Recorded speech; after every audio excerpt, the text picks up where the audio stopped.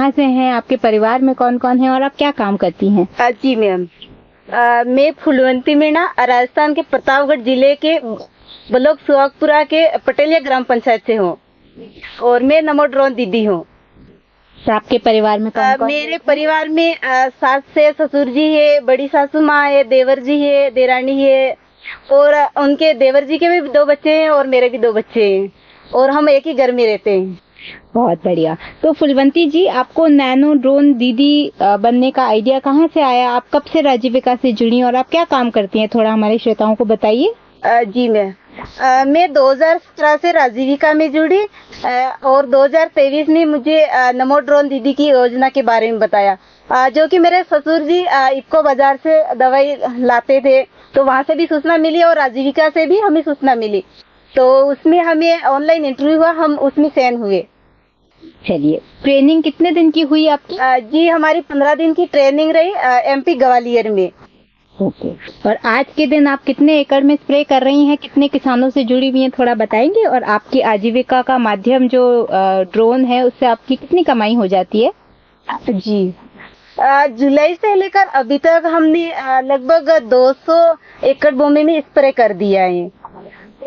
और अभी आप किस किस चीज का स्प्रे करती हैं? जी नैनो यूरिया, नैनो DAP, सागरिकी का। ओके। तो कितने किसानों से लगभग जुड़ी हुई होंगी आप, और लगभग कितनी कमाई हो जाती है आपकी? बीघा के 100 रुपए लेते हैं हम, और लगभग हम पूरे जिले में हम फेमस हैं कि ड्रोन पायलट यही है हमारे।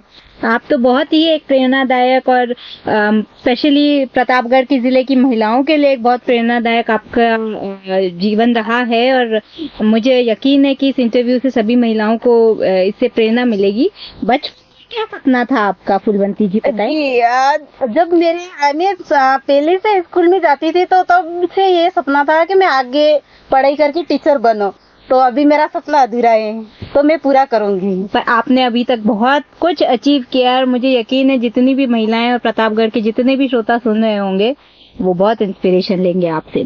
तो इस करियर में नैनो ड्रोन दीदी बनने के सफर में आपको किस किस चुनौती का सामना करना पड़ा?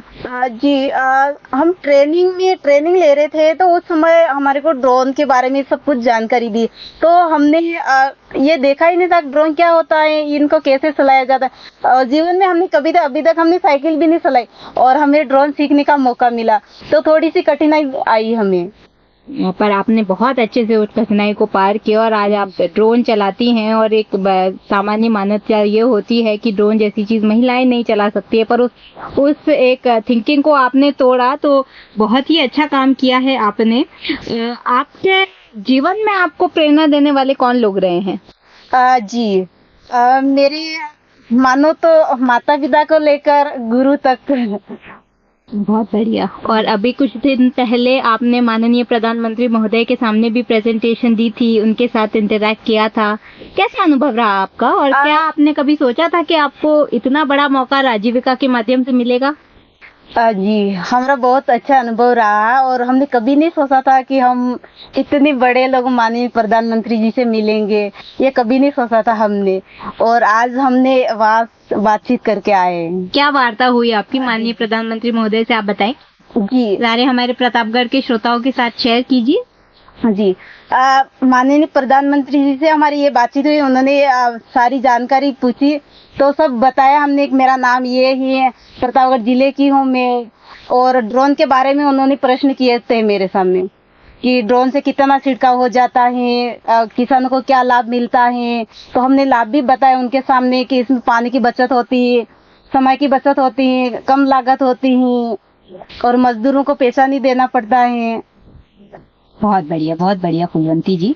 अच्छा, आप अपने समुदाय की, अपने आसपास की अन्य महिलाओं को प्रेरित करने के लिए, राजीविका से जुड़ने के लिए, स्वयं अपने पैरों पर खड़े होने के लिए क्या संदेश देना चाहेंगी? मैं अगर महिला हो के इतना सब कुछ कर सकती है तो आगे क्यों नहीं बढ़ सकती है?